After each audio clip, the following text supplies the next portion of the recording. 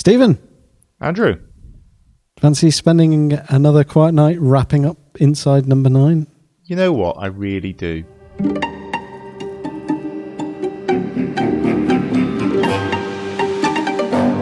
Right, so we are officially at the end of Series 3 of Inside number 9. And this is our traditional now wrap-up episode where...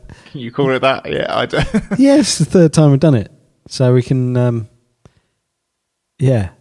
talk about our kind of favourite bits, our most confusing bits, the episodes that we really like, and that kind of thing. So, yeah, well, how's this going to look? And we've had loads of emails through the series as well, which we really, really appreciate. We're going to try and distill them in some way, and kind of weave them into what we talk about with reference to each of the episodes.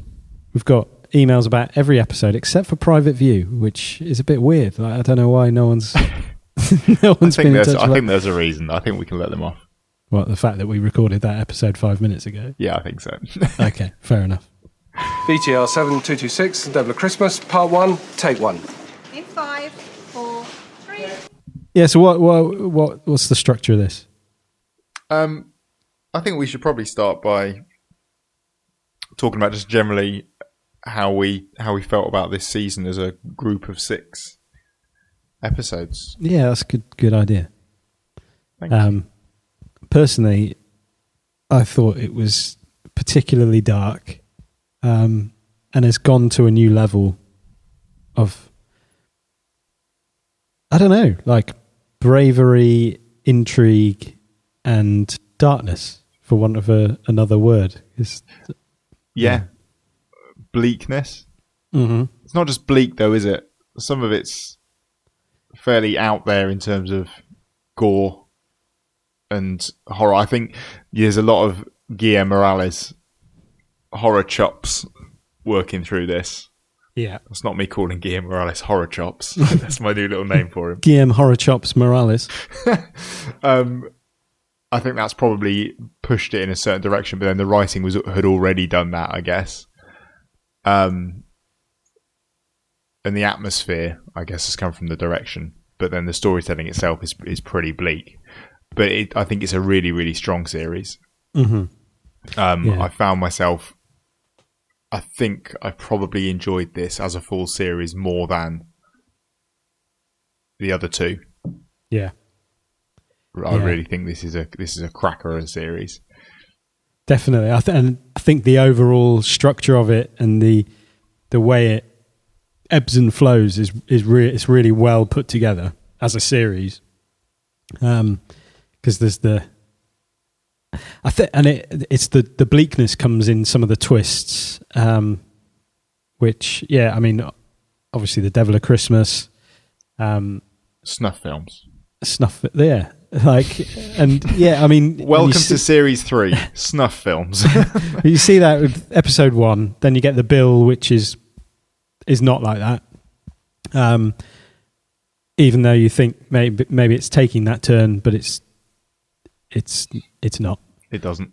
No, Riddle of the Sphinx very much is. Does. Empty Orchestra, no. That's actually, it's weird to characterize this as a particularly dark series when we've had our first proper happy ending. Yeah. That's weird that Empty Orchestra... I really enjoyed Empty Orchestra, even more so after we'd spoken about it. But it kind of... It almost doesn't feel like it's there when you think of this series as a whole. Yeah, I know what you mean. It doesn't carry the same sort of characteristics as some of the other. But then I think the bill is similar. Well, I guess the bill isn't actually that dark. No, it's just a bit of a heist, bit of fun. Yeah, like a. I take it all back. This is one of the most light-hearted series. I guess it's because when they go dark, they go really dark in this series, and I think that's what it is. You've got snuff films in episode 1. Episode 2 was the bill. So we take a little step back there. Then episode 3, Riddle of the Sphinx. Yep. With its obvious, so in there we've got human cannibalism, nods towards incest, just awfulness. Yeah. Then we back out again with empty orchestra, and we have our lovely uplifting moments. Then we go back to people murdering their own children, possibly. In Dill Dumpling. Last one. Private View. Was Private View, and that's just someone murdering lots of people in various ways. But with that sequence, which is sort of dark, it's breaking lighter, dark, lighter, dark.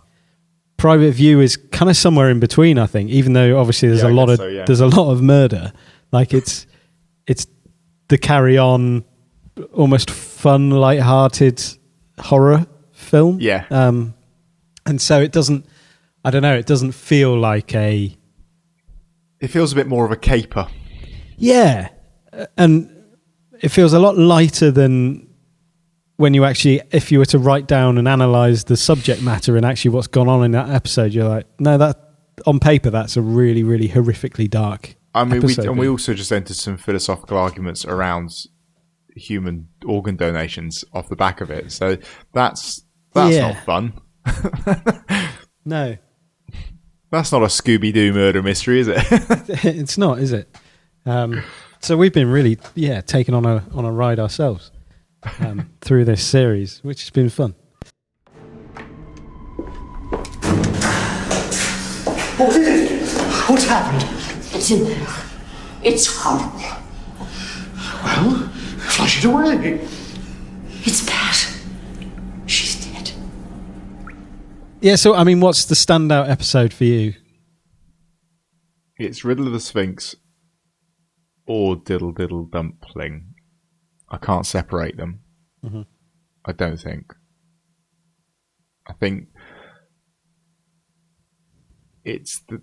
I said it in the episode that it's the creeping dread that builds up through Diddle Diddle Dumpling towards such a horrific ending. Yeah. And that's a you don't even need to see it. It's the worst thing you can possibly imagine, really. Someone killing their own child is just awful. But almost feeling a sense of feeling sorry for David all the way through it. Even up to that point, I'd argue, you feel sorry for his descent into what he's become. I think it's just amazingly written and amazingly well acted. Yeah. And Riddle of the Sphinx is just... There's something a little bit fun about that as well, though. About the pacing of it and the... It's playful with the subject matter of the crosswords and... Absolutely. And I hadn't clocked the genius ending of that Lauren flagged up of the black and white and red all over. Yeah. Last shot of the crossword puzzle. But yeah, there's some of the little lines in there. Some of it is so quick and so well written. It feels fun, but again, horrific. Mm-hmm. How about you? Yeah, I think I'd agree. I mean, to a point. I think they're the two that really, really do stand out. I think in terms of the one that I think is absolute genius, but very uncomfortable is The Devil of Christmas, because of, and it's not one I could watch very often, but I love that the horror pastiche element of it, and also just the weaving of different levels and layers of storyline where you aren't sure which level you're watching at or things are operating at, and when you're watching the story that's been pre-written, the thing that they're all acting, it's like, is there a sense of the foreshadowing and the other thing that's looming over this whole situation? Is that there in their kind of consciousness or unconscious consciousness? I just find it's it's so cleverly created, and what it does to you as you're watching is just like, I'm not sure what level I'm engaging with this on, like, because I'm invested in the horror, even though the storyline is crap of the story within the story. Yeah. And it's being acted really badly, but yet I'm completely in this, and I don't know which part I'm believing. So I think from the point of view of like just absolute genius filmmaking, that is right up there for me. As you say, Riddle of the Sphinx, playful, horrific. It puts everything out there for the first real time, I think, doesn't it? When the fact that you see the rump carving taking place is because most of what they do is just alluding to things, or like with Diddle Diddle Dumpling, where it's like you don't see anything horrific happen. It's all kind of in your imagination and in what's alluded to between the lines, and just their ability to do that. Right? Yeah. I mean, it's not like that's something that's new to these guys, though, is it? If you look at their prior work to this, they've always done stuff. Yeah. Dark things, but with a playful touch. The League of Gentlemen is just full of it, isn't it? It's much what darkness. It's completely, like, the entire thing is based on that sort of premise of juxtaposing horrific dark things with humor. Yeah. And like commentaries on the gaps between the substance of like British culture, or just the kind of human experience, and it's that sense of there's a darkness in the cracks of like reality that we either allude to, and we only need to allude to it because as a viewer, it's like you're there. Like we don't have to spell it out completely for you, because there's, I don't know, we can tap into that. But here's an arse that we're going to carve a chunk out of. Yeah. And so that, I mean, I was just, when you were talking about both of those things, like the theme of like parenthood seems to come up over certainly those 3 episodes. So Riddle of the Sphinx, Diddle Diddle Dumpling, and Private View all have issues between parent and child. And so going right back to the beginning in Devil of Christmas, she's pregnant. She's also mothering or stepmothering the boy, and there's some weird relationship dynamics going on around that as well. And his mum, why is she there? Yeah, it's up to him how he spends his money. The Bill has got a weird parenting thing going on in that.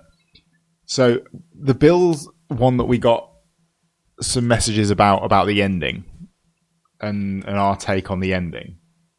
Yeah, let's have a look at that. Right, gentlemen, I'd like to thank you for your company this evening and for a good game of badminton. And if any of you happen to find yourself in the Chiswick area, please don't hesitate to not ring me. Cheers. Cheers. So we kind of felt like the ending was a bit weird in that Craig decides to join the grifting group at the end. Mm-hmm. And we figured that it was probably because they had found something on him.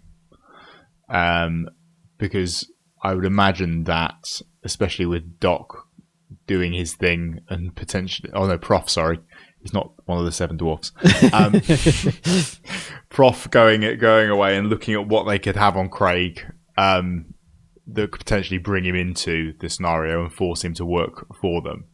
Rather than what we've been told repeatedly by people emailing us, that he's not working for them, he's working with them, because he He just craves some excitement Mm. in his life. Because he's mentioned that a couple of times in the episode. Yeah. Now, the weird thing there is that he's got a pair of kids that are currently staying with the au pair while he's up there. And is he just going to abandon these kids to go and work full time as a grifter up north? Yeah.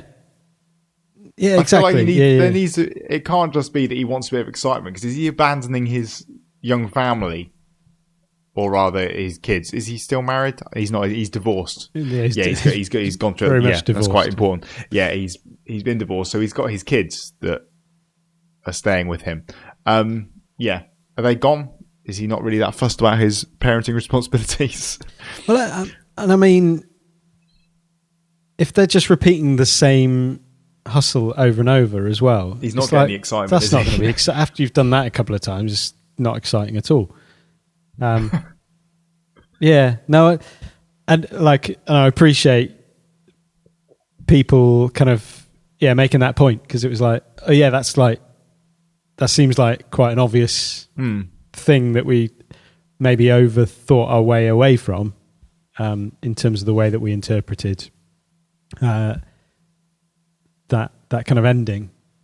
But still, yeah, I mean, something doesn't sit quite right with me. Yeah, I could be wrong.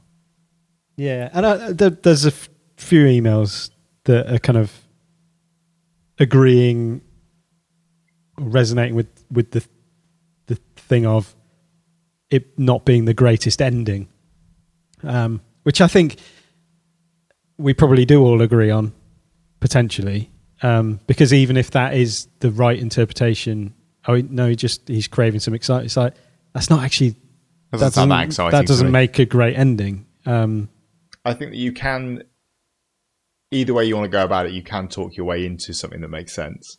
But there's something about that last shot that just sort of felt a little bit. Really? Yeah, it's his face. It's like, what's his face saying? Is it saying, I'm enjoying this, this is the excitement I've been craving? Or is it saying, this is me now? And when I watched it, that's how it almost felt like I've degraded myself to this. Like, let's go. It doesn't like, none of it feels kind of like, you know how you're talking about sort of like hustle and those kind of heisty programs where actually there's something almost romantic about those kinds of groups that are able to pull things off in really elaborate ways, and the excitement really is there. But in the bill, there doesn't seem like any excitement within the setup of this entire ruse. It's like, if he's looking for excitement, I'm not sure this is the group where he's going to find it. But yeah, whereas like, you know, your sort of Ocean's 11 and those kinds of 12, 13, 8. Those sorts of things, you're like, no, there's risk, there's massive risk involved in this. Yeah. I'm not sure there's any risk involved in, other than I think Craig not doing what they wanted, and then they're like, we failed. We went a bit far, didn't we? Like, is this what happens though when you take this grifting situation away from Vegas casinos, even London, and pop it up north? It may be. It's just a bit grittier. It's less romantic. It's it's just what they do to get by. Accents coming out. So are we saying that that's our one moment of the series that left us a bit cold? Yeah, and I think I'm sticking by, like, when I first watched these shows, The Bill was one of my favourites. Okay. And as we've gone back and rewatched, it's become of this series, certainly one of my least favourites. Okay. Just based on those kinds of things. And then on the flip side, that Empty Orchestra originally was one of my least favourites. And then, same as you, after we had a conversation, and I think it's the longest episode that we've done of this series. Oh, really? On the podcast, which was a complete surprise because I was expecting, it's just going to be sort of 25 minutes of chatting. Yeah, chatting about this, and then we'll be done. But it might have been the clips that I put in. I might have put in really long very, clips. very long. Every song, I just put in each song. Saturday night. A bit limited, these lyrics, aren't they? Empty Orchestra was the big surprise for me of going and revisiting it and being like, actually, there's a lot in this that is really nice. Like, and as I said, I think in the podcast about it, like, I found it bleak, I think, the first time I watched it. But after talking to you, it was like, no, this is actually really lovely. Like, and it does have a happy ending. And yeah, there's a lot to enjoy in it. We've had a couple of emails about... Yeah, we got a bit of a hard time for not giving enough of a hard time. With Greg, yeah. To Greg. And I have to say, I read that and I felt a little bit guilty. Yeah, because it's really valid. I think we gave him a bit of a free pass. Ellie McCarley, you are absolutely correct. Totally spot on, yeah. Oh, crap. Yeah, that was oh, crap. Oh, crap, yeah. It's great to put a name to the... Name. Yeah, no, Greg is a rotter. Yes. And I don't know if it can do sign language doesn't mean that they're not a hideous human being. Yeah, and that was never the intention to to give him a completely free pass, because it was like, no, he's definitely awful, not a nice guy. But yeah, we didn't. I think we gave him too much of a. Yeah, too much only leniency. lovely people know sign language. Yeah.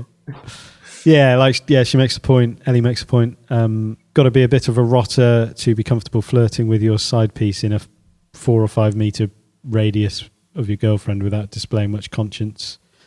You are 100% correct. Also, barging, sitting next to Janet during Dwayne's song, knocking her hands off the speaker. Yeah. And actually, kind of the fact that we laid into Connie so much, where she is caught in this situation with, all she wants is Greg. Yeah.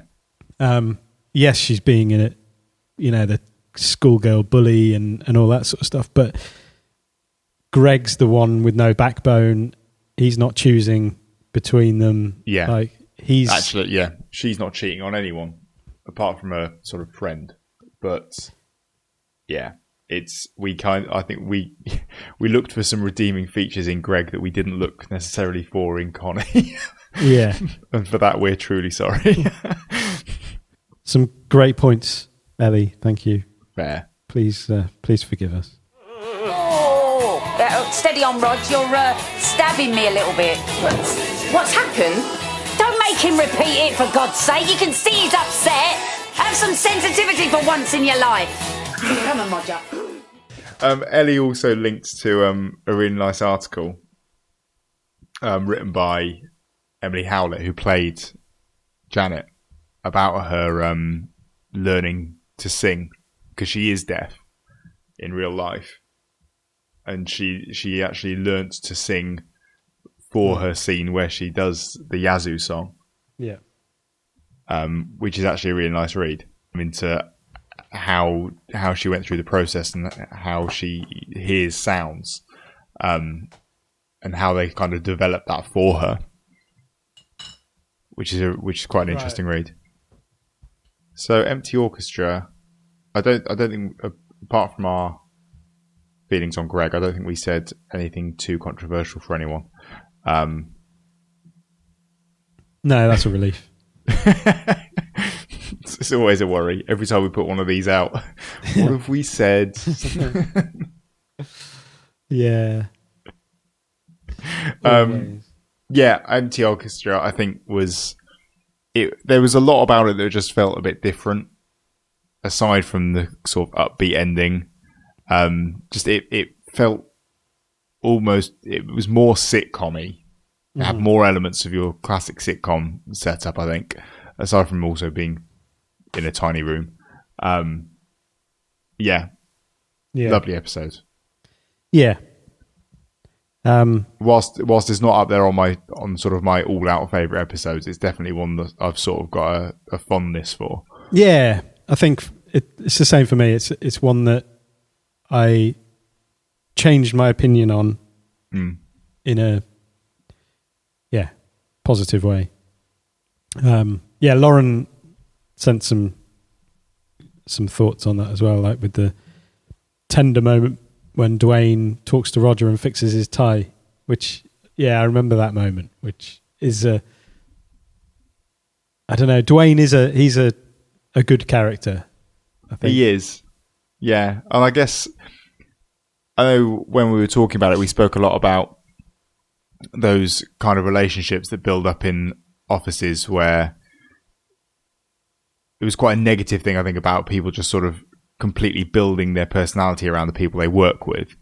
But actually in that you kind of see those little relationships that do build up with the people that you work with. And I think Ricky Gervais says it in The Office, that the only thing you have in common with these people is that you share the same bit of carpet. Is it Ricky? Yeah. It's either David Brent or Tim might say it. Yeah. That the only thing you have in common is you walk over the same bit of carpet every day. But friendships are formed in those, and relationships are formed in those, and that you're reminded by that with Dwayne's little tie fixing. Yeah, it's a development of that affection towards the people that you spend that time with. Yeah, you spend more time with those people than your family. So yeah. And Lauren also made the point about the translation of Empty Orchestra karaoke in Japanese, which felt like a massive oversight that we'd both talked about before the episode, and then straight after it, and completely, not said it during the episode. Lauren also would quite like all subsequent episodes to be recorded with your Brummie accent. I disagree. I'm saying nothing. Especially after your foray into Yorkshire in the last one as well. Yeah, that might be edited out by now. If it hasn't been, it should have been. It can't be now, can it? Otherwise people won't. It's no frame of reference. They'll wonder what it is. Always leave them wanting more.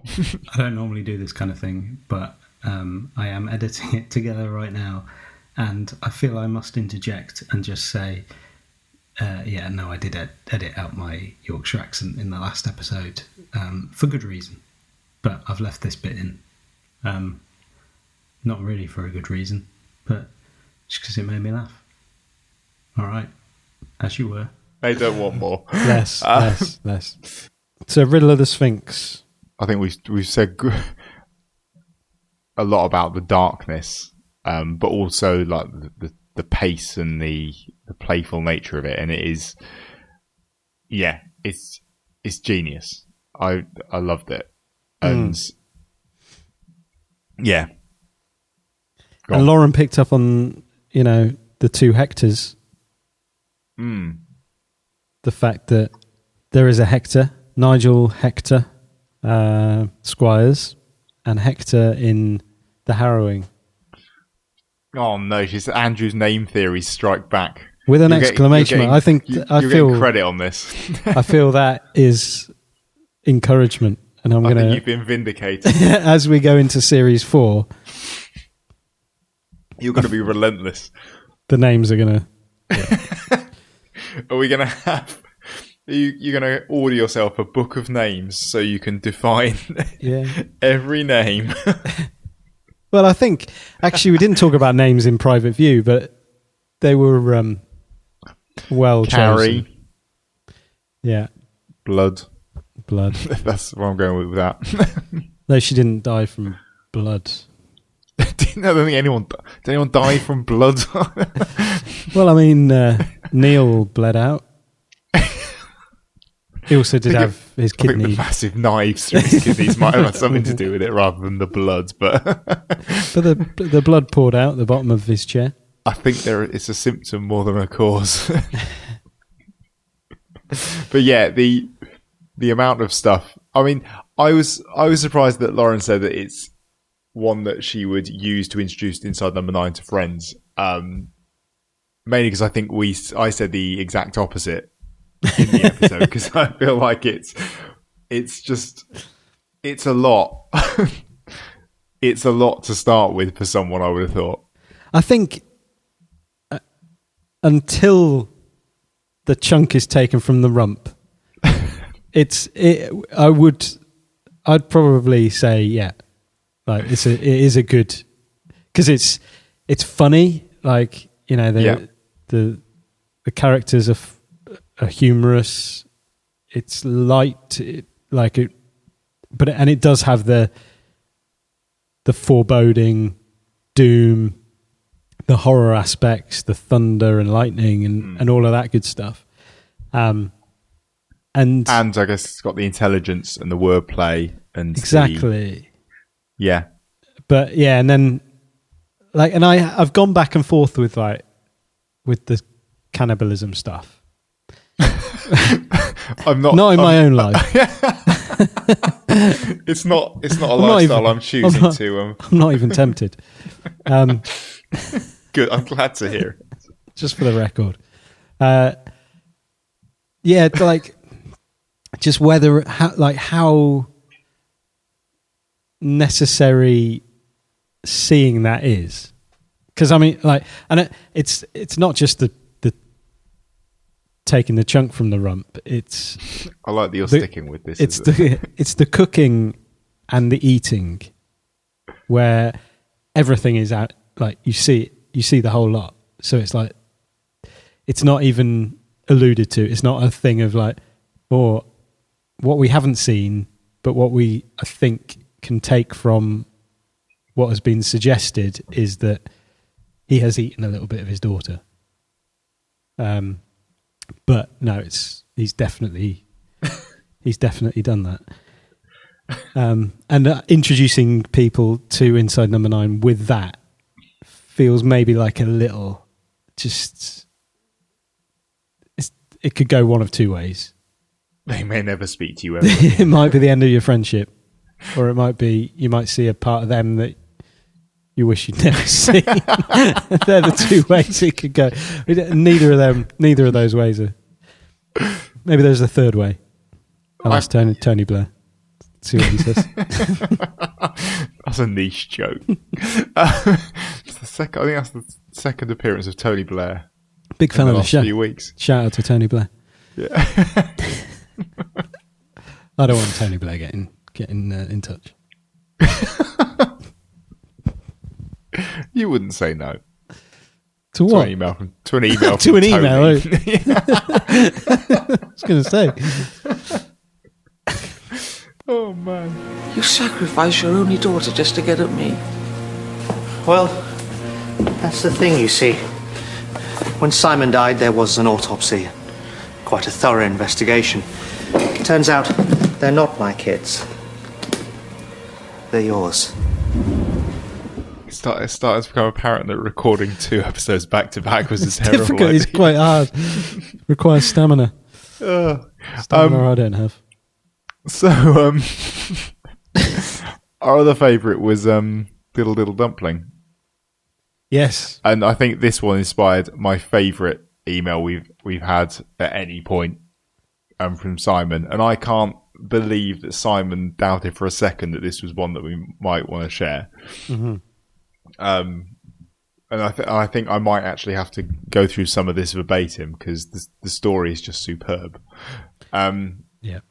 Yeah. So Simon had some feelings that were brought up from the episode Diddle Dumpling around pairs of shoes. And he said that when he was about 4 or 5, his pair of Mickey Mouse slippers wore out, the soles. They had smart raised plastic Mickeys on the toes, but while they were intact, it was not enough to grant a reprieve. He was internally incredibly upset, but he didn't know why. In those days, a trip to the dump was the equivalent of an outing at Alton Towers. It was 1975. No household recycling centres then, just a vast, stinking mass of detritus on which you threw all your junk, and skilled refuse management operatives worked through it, pulling out the good shit before everything else was loaded onto a barge, towed into the North Sea and burned, the ash dumped over the side. I kid you not. But my slipper woe all bubbled to the surface, and I wailed inconsolably as the Mickeys faced their final demise. Brilliantly, in retrospect, my dad got it. As I said, I couldn't express what it was I was feeling in words. In a stroke of parenting genius, he offered to find an elastic band to tie the slippers together, so that even though they were still going to enter the morass of cack and gruesome moor of fiery destruction, they would be together, as a pair. And that made it okay. I knew they would have each other, and that's a lot. Brilliant. Huh. Absolutely lovely. And, yeah, I felt like I should have clarified at the beginning that when Simon watched Diddle Diddle Dumpling, it brought up some feelings from his past. Wasn't that he was guilty of infanticide. More that he'd had feelings around shoes staying as pairs. Yeah. And maybe this is a thing. Maybe Do this people is have, anxiety about separation of shoes? like personifying shoes in some way. Their soul represents a soul. A soul. Yeah. One soul between two. Yeah. 2 souls, 1 soul. But like I said when we spoke about Diddle Dumpling in the episode and here, this I think it's the character was superb. Yeah. And everything about the story was just so well written, even though we didn't know a lot all the way through the episodes. We really didn't know most of what was going on until the last few minutes at all. And that was enough to build enough sympathy that it even started to extend when you found out what he'd done. And I think that was fairly masterful in terms of writing. And the elements of like kind of amnesia around his grief, like these are they psychotic episodes or sort of blackouts and so blacking out over having put the shoes there in the first place, like not remembering what he's done, knowing that Ted reacted like in a fairly extreme way when he went to confront him, and then that creates obviously the ambiguity over what he's done to who.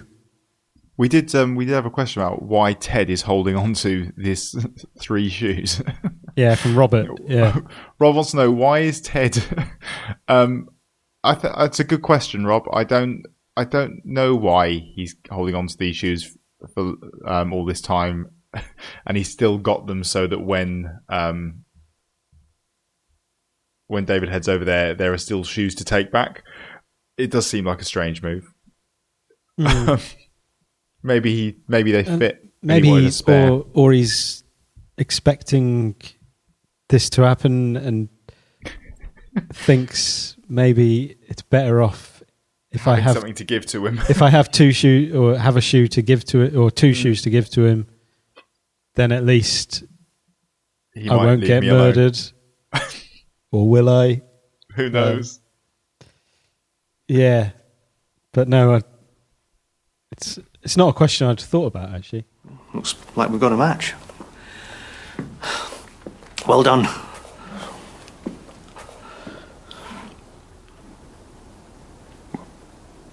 Can I have it then? What, you want to take it now? That's what I'm here for. Right, yeah. drink or anything? Celebrate? No, I'd best get off. My car's on a meter. Okay. Private View, we haven't really spoken. It hasn't really cropped up in our kind of overall feelings of where it fits within the series. Other than the sort of that theme of parenthood that pops up in a few of them and those kind of things. There's something that there are bits of it I really, really enjoyed.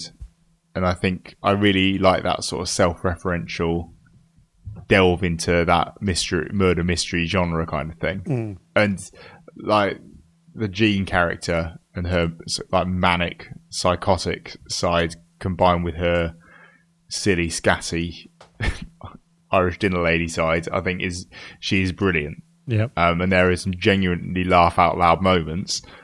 It did leave me a little. It was the ending again. I think the ending I thought was a little off. Aside from the very strong line of I can see you really put your heart into it. Yeah. Not quite. Which didn't make it into the episode. Actually, I don't think we spoke about it. No, we didn't. We didn't tie it up properly, did we? No, we didn't. I just said I'm going for a wee. What we say now could make its way into it. Yeah, it's the ending's a bit odd. I think we started talking about the ending. We did, yeah. There's something a bit off again. It just doesn't tie up quite right. Yep. I know what they're going for, and I know what they're doing. It's kind of like that extra twist. And the extra twist sort of works, especially as we've had it sort of set up for us that he's willing to stab in the back and to turn things around. But you're right, and there are a lot of as you said, there are a lot of questions that are left. Yeah. Around the criminal clue things and around an art gallery full of bodies. Yeah, definitely. So yeah, another odd one with some superb moments within it. Yeah, I think. No, it was one that I came round to a lot as well.